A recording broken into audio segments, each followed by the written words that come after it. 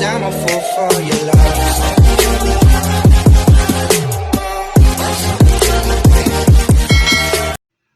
Okay mga kauragon, yan, papunta kami ng Silang kasi hahanapin namin yung first owner ng aking nabiling tricycle kasi ipapalipat ko sa aking pangalan.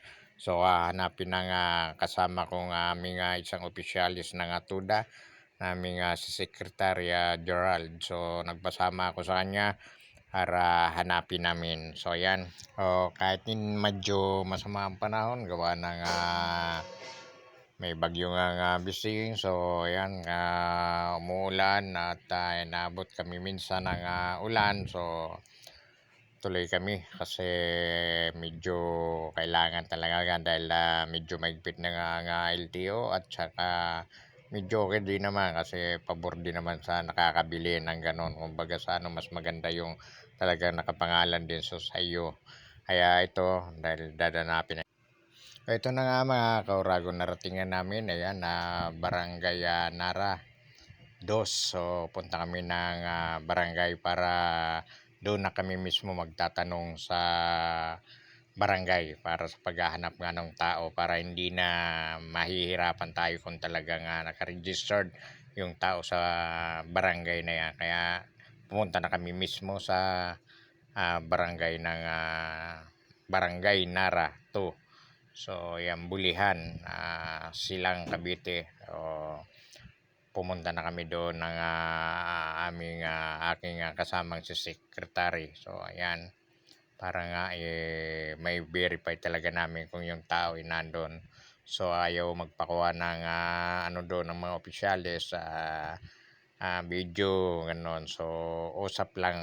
So okay naman, mabait naman, okay naman sila. Kaya lang ayaw lang nila kita ng mukha o video kasi medyo yun na nakiusap sila na kung pwede wag nang bibidyoan sila. So yan, habang nag-uusap kami at nagbe-verify, ayan si YT, ayan ang nakikiusyoso rin ng aming mga pag-uusap.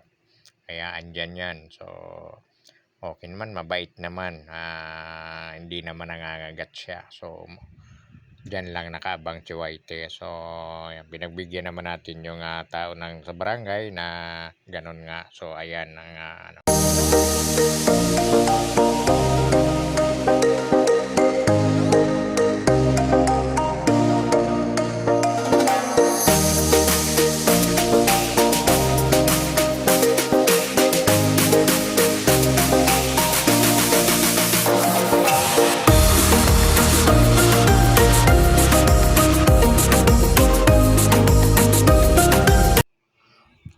natungtong na nga po natin mga kauragon sa tulong ng barangay at ng mga konsyal at naituro yung eksakling bahay at kaya maraming salamat sa mga mabait na barangay at ng mga konsyal ng Bulihan.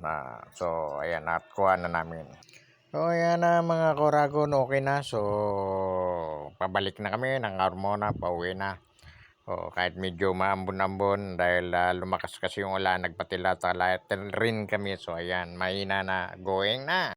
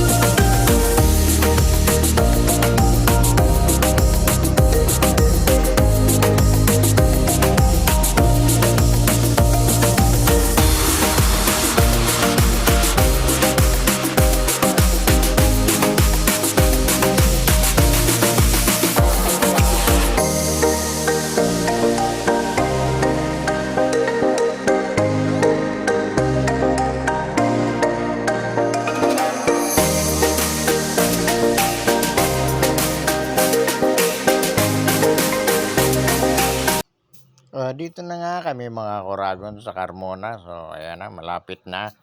Naghahanap kami ng kantin kasi alauna na rin. Nabot na kami ng alauna. Hanap kami ng kantin na pwedeng kainan, tanghalian kasi nga inabot na kami ng alauna. So naghahanap kami ng kantin kahit medyo yan. Ambon-ambon pa rin yan mga Kauragon. Tuloy-tuloy yung ambon. Yan. So yan may stoplight na kami ng Carmona. Naghahanap kami ng makakainan tuloy kasi nga alauna na para makapanangalian. Ayan, dito kami, nakakita na kami. So dito kay Kuya Peter. So ayan, dinuguan. Ang tinitingnan ng ulam. So ayan, pakbit. So wala nang ulam kasi medyo alanganin na. So ayan, manok. At wala nang pagpipilian ng ibang ulam kundi yun na lang, no choice kasi wala na kasi alauna na. So ibig sabihin medyo ubos na ang mga ulam dahil marami nang kumain. So kain muna tayo. Ayan, habang nag-hantay tayo ng order ng pagkain, so inabot natin na yan pala, laban na pala ni Manny Pacquiao ay Darius. So sabay na rin tayo manonood ng laban ni Pacquiao at ni Darius. So panoorin na rin natin habang kumakain tayo. So ayan mga Korabon, dahil inabot na nga ng medyo alanganing oras na. Okay lang yung kantin at may TV pala dito. So makikipanood na rin tayo ng laban ng boxing Manny Pacquiao. So antabay. So okay. So mapanood natin kahit saglit kung ano ba yung laban nito ni Barrios, yan, saka ni Manny Pacquiao. So yan, tamang-tama, sakto nag-uumpisa yung dating namin. So, habang kumakain kami, yan, so sabay na rin nanonood person. Yun mga Oragon. Mag-aantabay tayo kung sino ba mananalo sa kanila at para naman malaman natin. So kahit natin medyo alam naman natin na medyo may edad na rin si Manny Pacquiao at ito si Barrios ay bata pa. Titingnan natin kung hanggang saan ba naman ang itatagal at kung ano ba ang magiging resulta ng laban nito ng ating pambansang kamao na si Manny Pacquiao at nitong batang si Barrios para malaman natin. So yan, panoorin naman natin mga Kauragon ang laban ni Pacquiao dahil sa tinagal na rin naman ang panahon. Ngayon na naman siya mapapalaban. So kaya ayan, antabayan na natin para malaman natin kung ano ba magiging laban nila, kung sino ang mananaig, kung sino ang matatalo at kung sino ang mananalo. So ayan, nag-uumpisa na mga Kauragon. So ayan na, first round. So ayan na, first round na ang laban nila. Ayan, habang kumakain hindi masyado makapag-concentrate dahil siyempre alam naman natin ang laban nila. So ayan.